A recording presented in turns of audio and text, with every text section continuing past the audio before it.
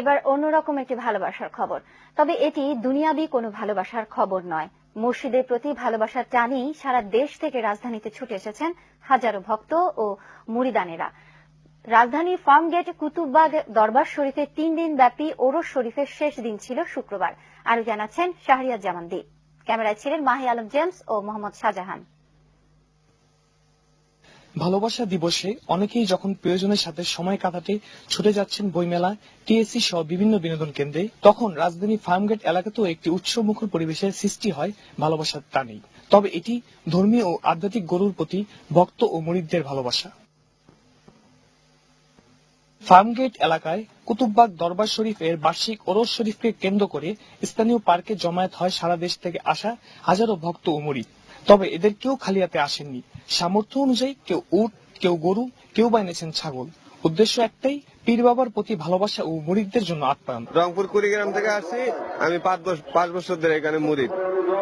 বাবাজানের জন্য আর কি গরু নিয়ে আসছি। হুজুরে ভালো বুদ্ধি শুদ্ধি দেয় বা ভালো মহব্বত আছে বা কথাবার্তা হাদিস দলিল সবকিছু ভালো না। 3 দিন ব্যাপী ওরস শরীফের শেষ দিন জুমার নামাজ আদায়ের আগে ভক্ত ও মুরিদদের উদ্দেশ্যে ওয়াজ করেন দরবার শরীফের পীর আলহাজ হযরত মাওলানা জাকির শাহ কুতুববাগী। পরে নিজে ইমামতি করে নামাজ আদায় করেন তিনি।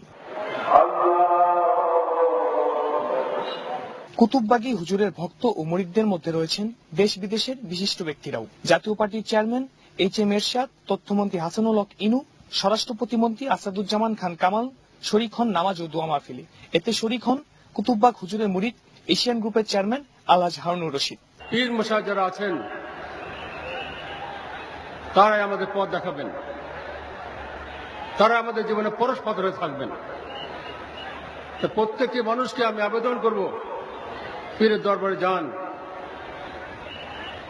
তাদের কথা শুনুন, পরামর্শ শুনুন, নসিহত শুনুন, নিজের জীবনকে সেভাবে পরিচালিত করুন। বাংলাদেশে ধর্মের লেবাসধারী কিছু মানুষ আছে যারা পীর ফকির মাজারের বিরুদ্ধে কুৎসা রচনা করেন।